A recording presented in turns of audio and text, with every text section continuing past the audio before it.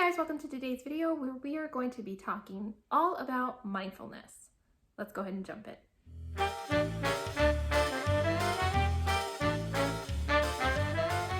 Now, before I get started, please know that I am not a healthcare practitioner or a mental health practitioner. This is just basic information that I have garnered from reputable sources that I will have linked down below to kind of give you an idea of what mindfulness is and some of the potential benefits that people might experience if they implement a regular practice. Now, as I mentioned in the introduction, we are going to be talking about mindfulness today. And in this video, I'm going to be giving you a couple of examples of mindfulness practices that you can implement in your life to kind of get us through this crazy, weird situation that we're all finding ourselves in. Now, as most of you know, we are in the midst of a pandemic. Most of us are self-quarantining. And one of the biggest things that it has an impact on, which I am seeing and hearing all over from my family and friends, from people in the YouTube community, there's a big emotion that keeps coming up that a lot of people are experiencing, and that is anxiety. So I decided to make a video to give you guys some ideas on how to incorporate pretty simple mindfulness practices to help us to kind of cope with the quarantine situation. Basically what these are tools and coping skills, healthy coping skills that help us to combat and deal with the negative emotions that we're experiencing right now. As always, when I do videos like this, I will have all of my source material linked down below. And again, I always try to pick the best, most reliable sources. I have a Harvard study linked down below, a couple of them actually, a study from UC Berkeley, Psychology Today, things like that. Again, all of that will be linked down below, and I highly encourage you to visit those articles because some of the benefits and studies that they have done on mindfulness are actually pretty incredible, and the potential physiological and psychological benefits is incredible. Now, this isn't going to be a magic cure-all that's going to take all of your problems away, but it is effective enough to be worth using as a supplementation to any other physical or mental exercises that you do on a regular basis. So I highly encourage you to check it out. So what is mindfulness? Mindfulness is basically the concept of being aware, an active observer of what is going on either within you or around you, and doing so in kind of a non-judgmental way, not really putting any qualifiers or quantifiers on what you're experiencing. Again, it's really just being an active observer. Now, the benefits of mindfulness, again, as I had said, are pretty extraordinary. It seems logical that there would be psychological benefits to actually having a mindfulness practice, but there have even been studies that show physiological, meaning physical benefits to having a mindfulness practice. It's been found to help lower blood pressure, increase your immune system, improve cardiovascular health, a number of different things. So let's go ahead and jump into some ways to implement mindfulness into your life. Now, the first and probably the most difficult mindfulness practice is actually a mindfulness meditation. Yes, there are guided meditations, and I highly encourage anybody who has never tried a guided meditation to try one. They are readily available on YouTube. There are several podcasts that incorporate mindfulness meditations, and they are wonderful, and they are a great tool to help you get started when it comes to meditation if you've never actually guided yourself through one. But basically, a very simple mindfulness meditation that you can actually practice is to just take 5 minutes, get into a comfortable position that you can actually sit in for some time. If you're not used to sitting cross-legged in that like lotus yoga position or that meditative position, don't do it. If you're more comfortable in a chair, if you're more comfortable laying down, just get into a comfortable position. You're going to close your eyes, and then you're going to concentrate on breathing and noticing your breathing.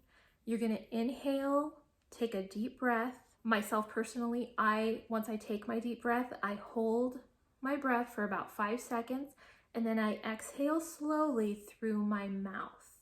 And I notice how it feels, the sound of my breath, the sounds that are going on around me, the way my body feels against a chair, the texture of whatever it is that I'm sitting on, my clothes, things like that. Now, please be aware that your mind, it's gonna wander. It happens to the best of us, and that is absolutely 100% normal. The key is to bring yourself back once you realize that your mind is wandering. And do this regularly, and it's actually incredibly calming and helps you to be in the moment, which is a great reliever of anxiety when you realize in this moment you're okay. So I definitely encourage anybody who hasn't tried it to give it a try.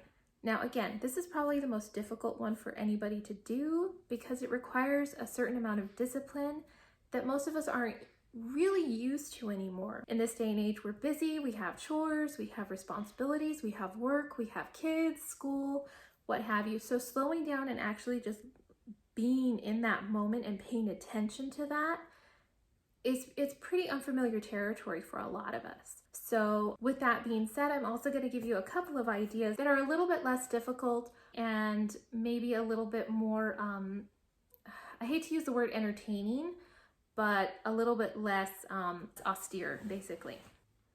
The next mindfulness practice we're going to be talking about is a gratitude journal. Now, this is a familiar concept to a lot of us. A lot of us have heard about gratitude practices, gratitude journals, everything involving gratitude. Now, with it being such a popular concept, a lot of research is starting to be put toward gratitude to see how it benefits human beings. And it's actually pretty amazing. Again, as always, link down below my source material, but it is a gratitude practice has been found to increase your mental strength and your resiliency. It has been found to make you less aggressive. It's been found to make you less retaliatory if you have a problem with that. Some people do. And really just making you a better person all around. And it doesn't have to be complicated. One of the simplest ways to implement gratitude into your life and to make it a mindful practice is to just write down 3 things a day that you are grateful for. You see me here in the video writing things down in my journal, 3 things that I'm grateful for today. And if you are curious, the things that I wrote down were the health and recovery of my children as they were ill not too long ago, blue skies, because I'm experiencing beautiful blue skies right now, and then Pinterest. I've been homeschooling my son for the past week, and Pinterest has been invaluable in finding great lessons and crafts and supplementation for his homeschool practice. So those are 3 things that I am grateful for today. And again, I encourage you to give it a try. You never know, if you focus on things that are going well in your life, it's easier to not focus on the negative things or the things that you're worried about. It makes coping with those things easier because you kind of have an anchor, and it just kind of turns your perspective a little bit. So I encourage you to try it.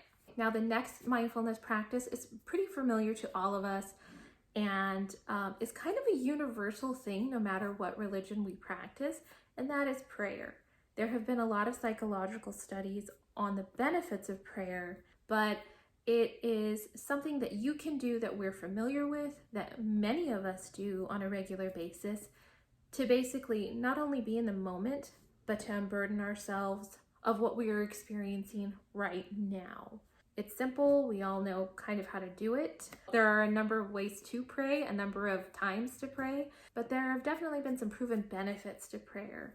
Now, the next practice that you might want to consider implementing is yoga. I have talked about yoga previously on my channel many times. I have a regular practice. I do it almost every day, probably about 5 days a week. I use YouTube. I watch Yoga with Adriene. So definitely give it a try. One of the great things about yoga is that it requires focus. And the word yoga means union. And one of the goals of it is to get you to the realization that you are a whole being. Everything is connected. I know that a lot of people can be intimidated by it because you always see these like super flexible people with their ankles behind their head. You don't have to start there. You don't even have to get there. I've had people comment on my channel, oh, I wish I could do yoga, but I'm not flexible. You don't have to be. There was this great quote that I read one time. I came across it on Pinterest, I think, and it said that yoga isn't for the flexible, it's for the willing. And how true that is. You can do yoga no matter what your health level. You can do yoga in a chair. You can do yoga laying down. It really is kind of an all-encompassing thing, and it doesn't have to be difficult. And the benefits of yoga, again, stress relief, cardiovascular health, flexibility, pain relief, the list goes on. So definitely look into it if you've never tried it before and you think you might benefit from some physical activity that isn't like super strenuous, that isn't very dynamic or require jumping or anything like that. Definitely give it a try. Now the next two practices are pretty fun, pretty simple to do, and these are things that you can actually do along with your children. You know, one of the things that's easy for us to forget as we're adults talking about the crazy things that are going on in the world is that little ears are listening, and some of those little ears, it just flies in one ear out the other, they're not worried. But some little ears are definitely concerned, and they might experience anxiety as well. So these are two things that you can do that help you to be mindful, but that you can also do with your kids and have some bonding time along with it. And maybe they can benefit from a mindfulness practice as well. The first one I'm going to be talking about is puzzles. Believe it or not, studies have been done on the benefits of doing jigsaw puzzles, crossword puzzles, any number of puzzles. One of the great benefits of doing puzzles is that it requires focus and that it uses both your right and left brain, because you're using both logic and creativity to solve the puzzle. It's actually pretty extraordinary. Puzzles have been found to lower blood pressure, decrease stress. They've been helped to improve memory. One of the great things about puzzles is that it has been shown to help delay Alzheimer's and other forms of dementia. And in fact, Alzheimer's and dementia patients, they have been shown to benefit from doing puzzles that are specifically designed for those ailments. And it has been shown to decrease their stress, their depression, and actually have some positive cognitive results. So puzzles are pretty incredible. They are fun, and at the end of it, you feel insanely accomplished. You see me here doing a puzzle, and you can get them pretty inexpensively too. These are a couple that my husband picked up for me at the Dollar Tree, so these were each $1. You see me completing one that's kind of a Hawaiian theme in the video there. But they're incredibly relaxing to do. They require so much focus that I'm really not worried about anything else that's going on in the world that I don't really need to be worrying about. I'm safe in my home. My children are safe in my home, and we're okay. And it can be easy to forget that. So doing something like this where you're focused on a specific task and you're kind of in the moment is a great way to practice mindfulness. And it keeps you sharp. The Dollar Tree actually has puzzles for kids too. My 3-year-old can do these with a little bit of assistance, and he really, really enjoys it. And I mean, for $1, super cheap.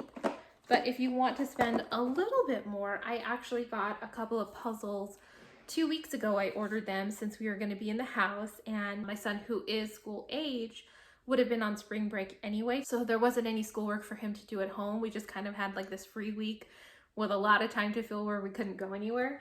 So I ordered some puzzles on Target, and I got this set from Target for my oldest son, who is 6, and it comes with 4 puzzles. These are really, really high quality, beautifully cute, adorable puzzles, as you can see. And he and I have done a bunch of these over and over again. I really, really enjoyed this. And this 4-pack was $10, so it's basically $2.50 a puzzle. So I highly recommend this if you are looking for a nice quality puzzle that isn't going to fall apart. Some of them can tear pretty easily. This has not at all, and they are not gentle on my kids are not gentle on their puzzles. So I got these for my oldest, and then for my younger child, who is 3, and these are both by the same company, Chuckle and Roar. And I can link these below for you guys if you are interested. These are tray puzzles. It's a little bit easier for little hands. The pieces are larger, and it's a little bit less messy, and he can do it with the puzzle on his lap if he wanted to.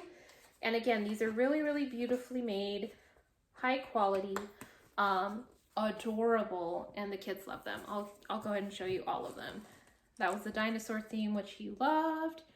There's a jungle theme, farm, and then we have a zoo theme. And these all came in the 4-pack, and this was $5. So totally worth it in my opinion. So this is definitely an easy way to incorporate mindfulness in a way that doesn't feel like a chore, and in a way that can be kind of entertaining for you, kind of like a starter if meditation or yoga just isn't your thing. This is an easy way to have a focused practice that's fun and actually feels like an accomplishment, so I highly recommend it. Now, the last mindfulness practice I'm going to be talking about is also a fun one, also one that you can do with your kids or alone, it doesn't really matter. And that is doodling. And believe it or not, there have been scientific studies on the benefits of doodling as well. In fact, there's one from Harvard that I will link down below, where again, it helps with decreasing stress, lowering blood pressure. Basically, the common themes here of having psychological and physiological benefits just from drawing. And you don't need to be an accomplished artist to actually enjoy doodling or getting the benefits of them. Pinterest is a great resource to show easy, simple little drawings that are cute, fun to do, and really, again, get you focused on the here and now, get you focused on a specific task that you are into, but that feels easy and is very relaxing and quite fun. And I'm not an expert drawer, and pretty much all of these doodles I got from Pinterest and kind of copied the tutorial. I did it freehand, but you know, I didn't design these or anything myself. These were just simple things that I could draw and color in. My kids and I sat. It was a quiet activity where we were focused on our tasks, and it felt incredibly relaxing, and it was a lot of fun. So I'm just going to show you just some simple little doodles that I did. They, you know, they kind of run the gamut, nothing crazy, difficult. I used a stencil to trace the circles for the planets. Really fun, enjoyed it. The kids enjoyed doing it with me. So I highly encourage you, if you like doing art, or if you're kind of just looking for something that's fun, that requires focus, definitely give doodling a try. You can incorporate it into your bullet journal practice.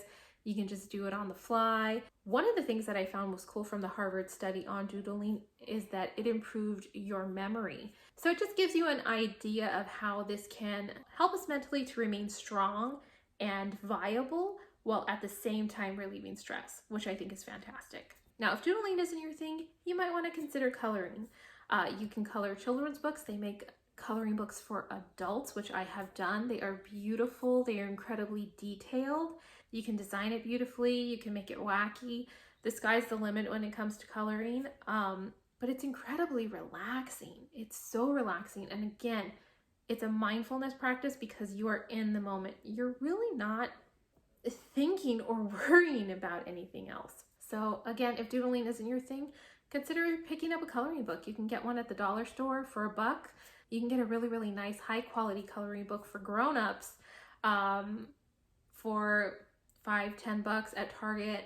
I've had one, I completed it and I loved it. So again, maybe consider doing something like that if you have a more artistic side, or if you like exploring color, or you just want a de-stressing activity that's going to get you in the here and now and not focus so much on the negative.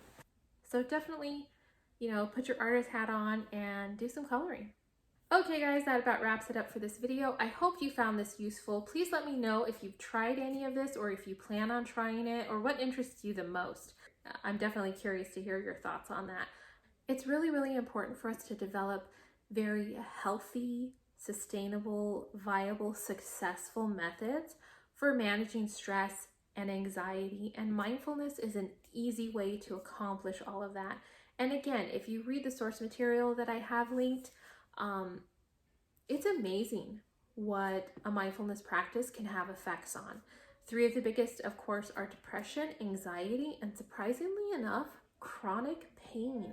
So if those are things that you are dealing with, or hey, heart disease, cardiovascular disease is the #1 killer in the United States, and mindfulness has been shown to be effective in improving your cardiovascular health.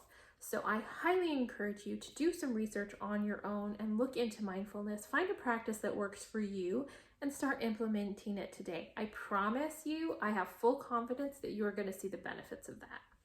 Anyhow, thank you guys so much for watching. Again, please comment down below to see which ones sound interesting to you, or if you've tried any mindfulness methods that work for you that I haven't discussed. I would love to hear it.